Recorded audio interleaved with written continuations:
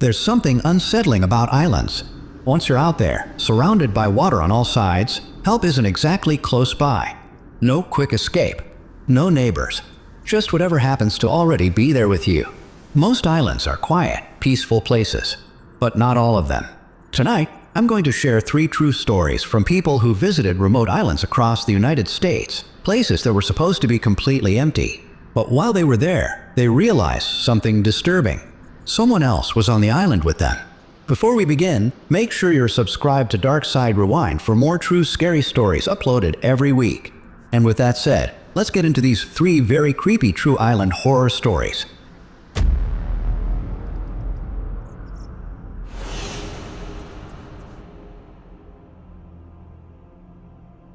This happened in the fall of 2022.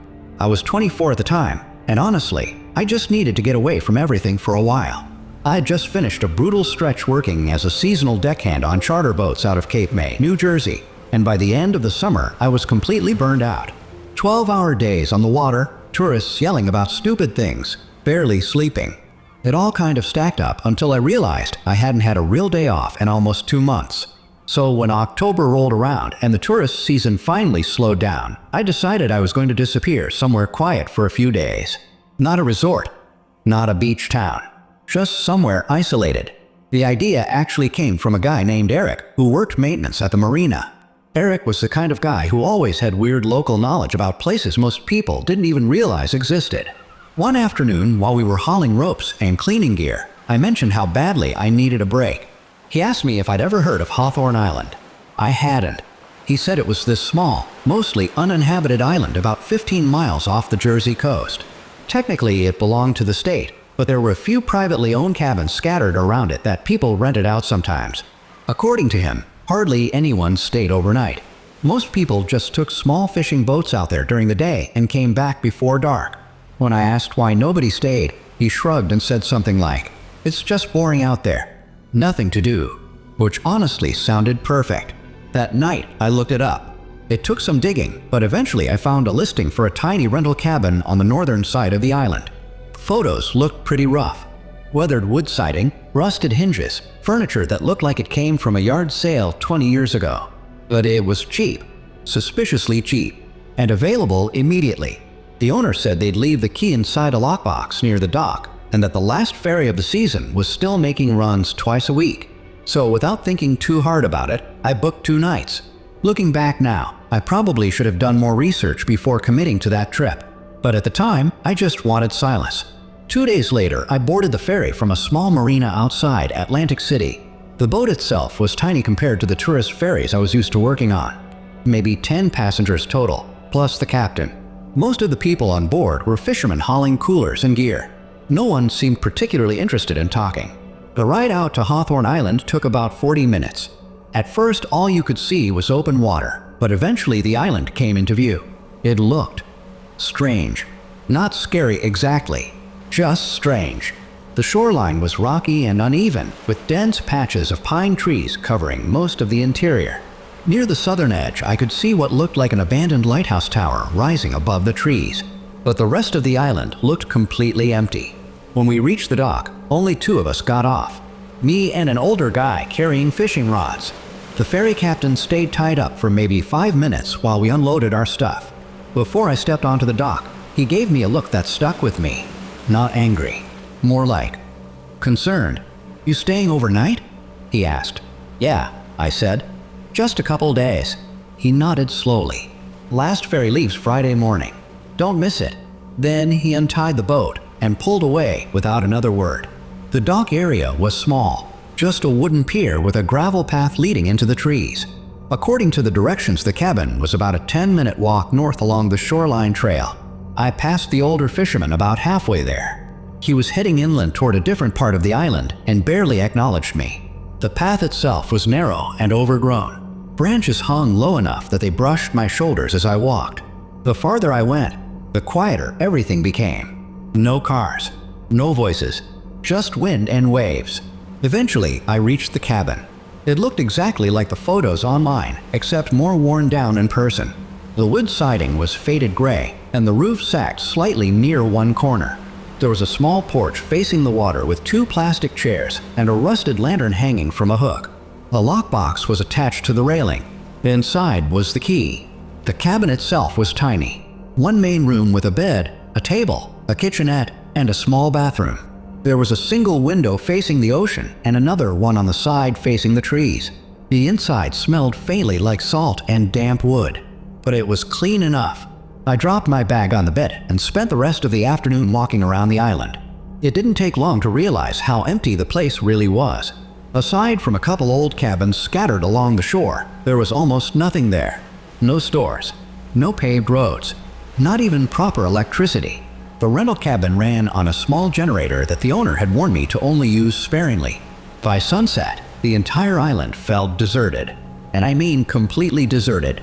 That first evening was actually pretty peaceful. I cooked some instant noodles on the stove, sat on the porch, and watched the waves crash against the rocks.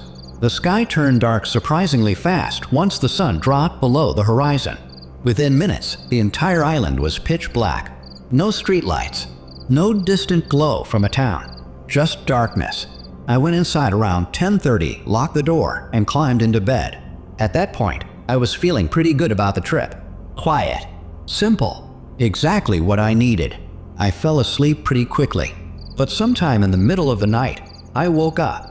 I don't know what time it was because my phone battery had died earlier that evening, but something had pulled me out of sleep. For a few seconds, I just lay there staring at the ceiling. Then I heard it. Footsteps. Outside the cabin. Slow. Crunching against the gravel path near the porch. At first I thought it might be the fisherman I saw earlier. Maybe he'd rented another cabin nearby. But the footsteps didn't pass by. They stopped. Right outside the front door. My heart immediately started pounding. I sat up slowly in bed, trying to listen without making noise. The footsteps shifted slightly. Then came the sound of someone stepping onto the wooden porch. The boards creaked under their weight. Whoever it was moved slowly across the porch, then stopped again, directly in front of the door. A few seconds passed. Then the doorknob turned, just once, very slowly. The deadbolt held. I stayed perfectly still. Whoever was outside tried the handle again, this time harder. The door rattled in its frame. I remember holding my breath so tightly my chest started to hurt. After a few seconds, the movement stopped. Silence returned. For a moment, I thought maybe the person had left. But then I heard something that made my stomach drop. A voice, right outside the door. Soft, almost calm. "Hey, Ryan." That was my name. I had never told anyone on the island my name. Not the ferry captain.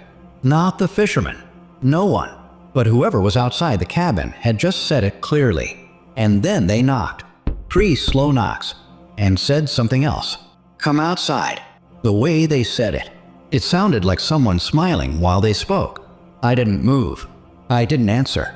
The porch boards creaked again as the person stepped away from the door. Then I heard them walking along the side of the cabin. Gravel crunching. Branches brushing against the wall. They were circling the building. Every few seconds they would stop moving, like they were listening, waiting for me to make a sound. I stayed frozen in bed, my entire body shaking. After what felt like forever, the footsteps moved away from the cabin entirely. They headed toward the shoreline. And a few minutes later, I heard something in the distance. An engine. A small outboard motor starting up somewhere along the coast. The sound faded slowly into the darkness. I didn't sleep for the rest of the night. When morning finally came, I stepped outside to check the ground around the cabin. There were footprints in the gravel, deep ones, heavy boots. They circled the cabin several times, and then they led straight down the path toward the water. That's when I realized something else. There wasn't a dock anywhere near that side of the island, which meant whoever had come to the cabin had pulled a boat directly onto the rocks, specifically to reach that cabin. And somehow, they knew I was there. I left the island on the first ferry that morning, but there's something I still can't explain. When I asked the ferry captain if anyone else had stayed overnight on Hawthorne Island that week, he told me I was the only person who had booked a cabin.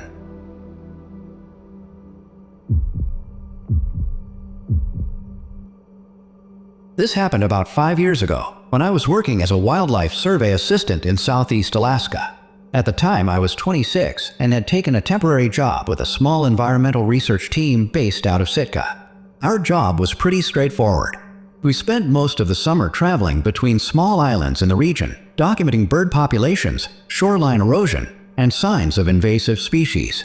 It wasn't glamorous work. A lot of long boat rides, rain, and cold mornings. But if you like being out in the middle of nowhere, it's actually kind of amazing. Most of the islands we visited were tiny. Some of them were nothing more than rocky outcrops with a few patches of trees and maybe a couple dozen nesting birds. But every now and then we'd visit larger islands that had once been used for logging or fishing camps decades earlier. That's where this story takes place. Near the end of the season, our team received instructions to survey an island that had recently been added to a conservation program. The weird thing was none of us had ever heard of it. Even the captain of the research boat seemed confused when the coordinates came through. The island was called Fletcher Island, at least according to the paperwork. But when we checked our navigation charts, there was nothing labeled Fletcher anywhere in that area. It was just another unnamed island among hundreds of others scattered through the Alaskan archipelago. Still, the coordinates were clear. So one morning we loaded up the boat and headed out. It took about 2 hours to reach the location. The weather was typical for southeast Alaska that time of year. Low clouds, light rain, and a gray ocean that seemed to stretch forever. Eventually, the island came into view. At first, it didn't look unusual. Dense evergreen forest covering most of the land, steep rocky shoreline, and a small clearing near the southern edge where we could land the boat. But as we got closer, something stood out. There were buildings, several of them, wooden structures partially hidden among the trees. They looked old, really old. The kind of weathered gray wood you see in abandoned fishing villages. None of this had been mentioned in the research brief. When we docked, our team leader, a woman named Kelly, looked just as confused as the rest of us. She double-checked the paperwork. Same coordinates, same island. But according to the documents, Fletcher Island was supposed to be completely uninhabited. No structures, no historical sites, nothing. We assumed the buildings were probably remnants of an old logging operation that had never been documented. That wasn't unusual in Alaska. So we unloaded our gear and started the survey. There were 4 of us total. Kelly, me, another survey assistant named Marcus, and the boat captain Dan. Dan stayed behind near the dock to keep an eye on the boat while the 3 of us headed inland. The clearing opened into a narrow dirt path leading toward the buildings. Up close, they looked even older than we thought. Cabins mostly. Maybe 6 or 7 scattered throughout the trees. Some had collapsed roofs. Others were still standing, but barely. The whole place felt like it had been abandoned for decades. But there was something strange about it. The ground around the cabins looked disturbed. Not freshly disturbed exactly, but used. Paths through the moss where people had clearly walked. Branches broken at shoulder height. Even a small stack of firewood near one of the buildings. That shouldn't have been there. Kelly noticed it too.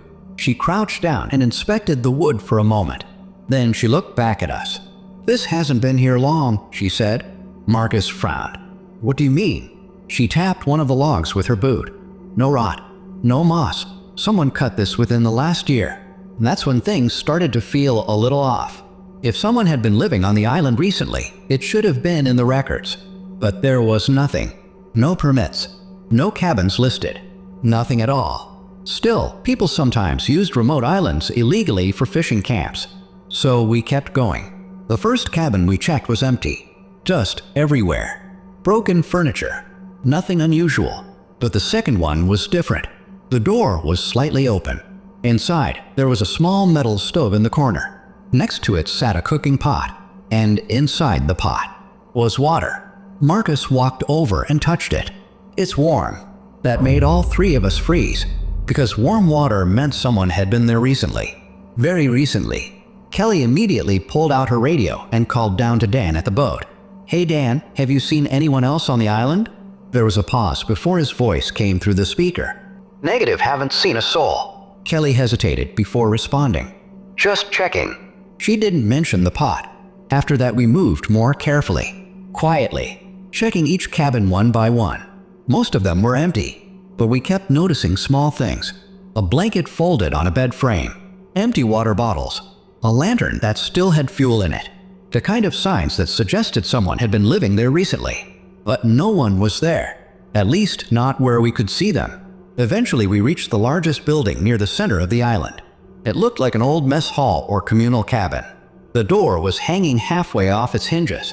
Kelly pushed it open slowly. The inside was dark. Our flashlights swept across the room. Tables, chairs, rusting shelves. And then Marcus whispered something that made my stomach tighten. "Guys, look at this." On the far wall was a map. Not a normal map, a hand-drawn one, pinned to the wood with dozens of small nails. It showed the entire island, every path, every cabin, even the dock where our boat was tied up. But that wasn't the part that scared me. What scared me were the marks. Small circles drawn all over the map, dozens of them. And next to several of the circles were dates, recent dates, some of them from just a few weeks earlier. Kelly stepped closer to read them. "What the hell?" Marcus pointed to one of the marks near the southern edge of the island. "That's the dock." Then he pointed to another circle near the cabin we had just left. "That one's where we found the stove." And then we all noticed something that made the room go completely silent. Near the center of the map, there were 4 circles grouped together, each one labeled with a single word: Kelly, Marcus, Dan, Ryan, my name. I felt this cold wave rush through my chest. None of us had told anyone we were coming here. This trip had only been scheduled the day before. Kelly immediately grabbed her radio again. "Dan, we're coming back to the dock. Right now." But before Dan could respond, we heard something outside. Footsteps, several of them, moving through the trees. Slow, deliberate, and getting closer.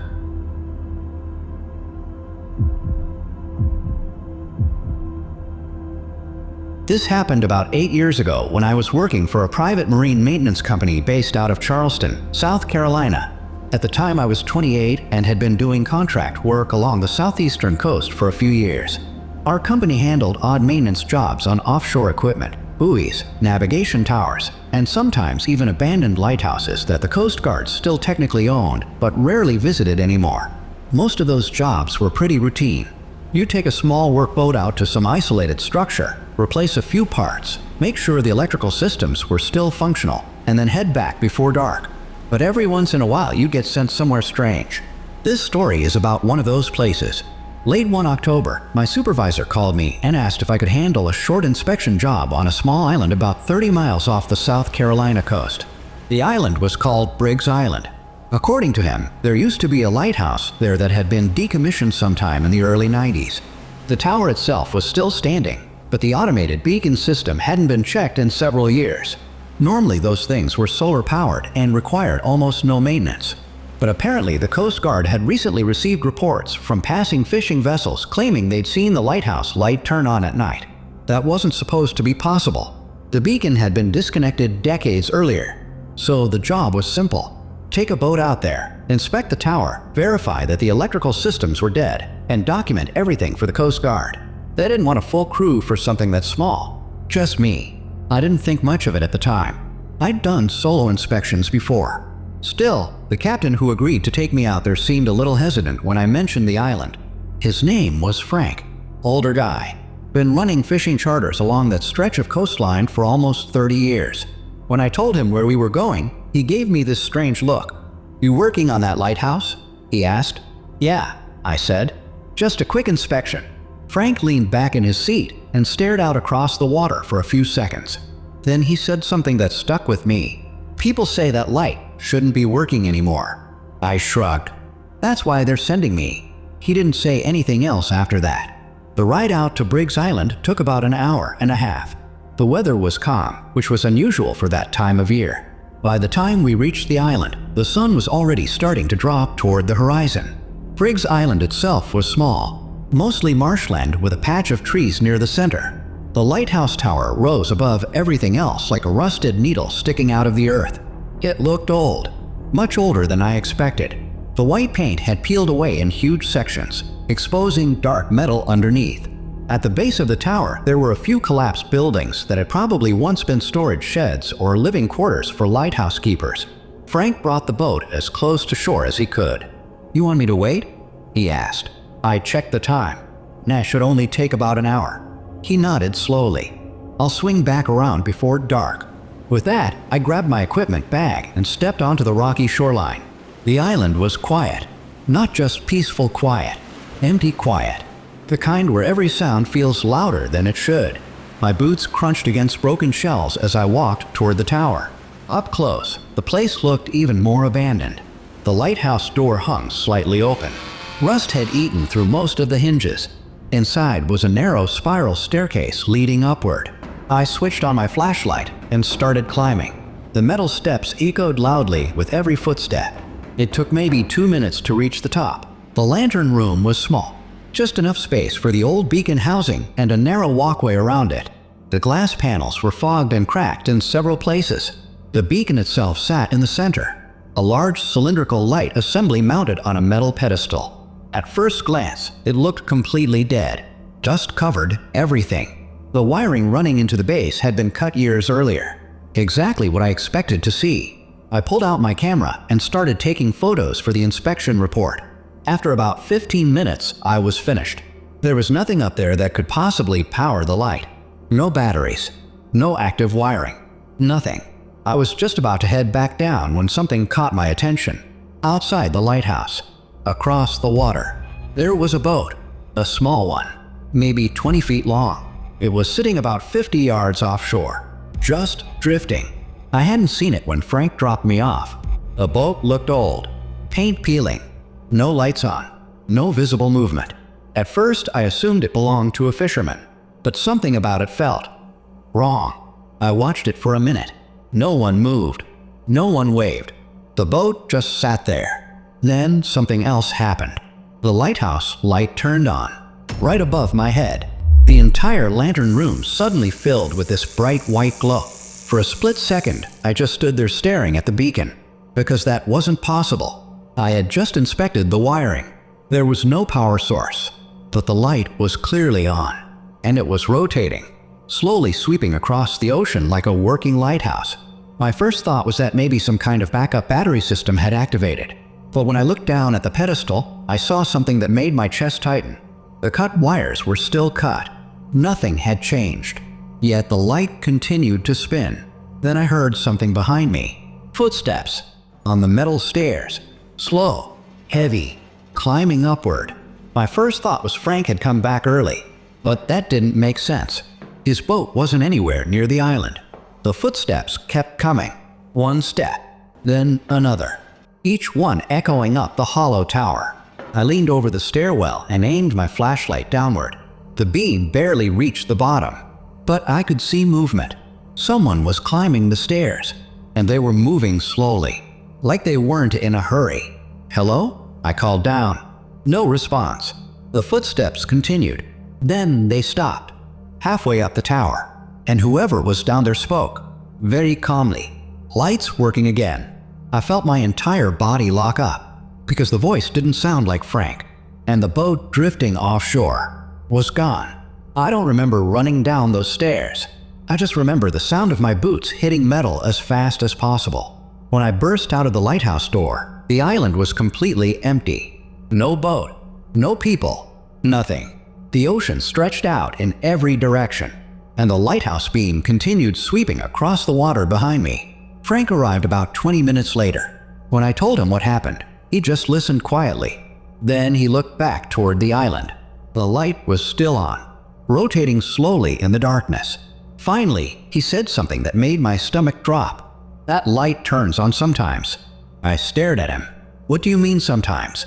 Frank started the engine and turned the boat away from the island. "Every few years, someone reports it." "But the lighthouse doesn't have power," I said. He nodded. "Exactly." I asked him if anyone had ever gone out there to investigate. He shrugged. "They do. Coast Guard contractors, same thing every time." "What?" "They say there's no electricity." We rode the rest of the way back in silence.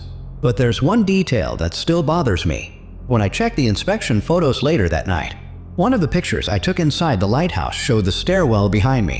And halfway down the stairs, there was someone standing there, watching me. Those were 3 very creepy island horror stories. Personally, the one that stuck with me the most was the second story. The idea that someone was secretly living on that island and somehow knew the research team was coming is honestly terrifying. But I'm curious what you think. Which of these 3 stories disturbed you the most? Story 1. The man who somehow knew Ryan's name on an empty island. Story 2. The mysterious people hiding on the research island. Or Story 3. The abandoned lighthouse that somehow turned itself back on. Let me know down in the comments. And if you enjoyed this video and want to hear more true scary stories, make sure to like the video and subscribe to the channel. Thanks for listening, and I'll see you in the next one.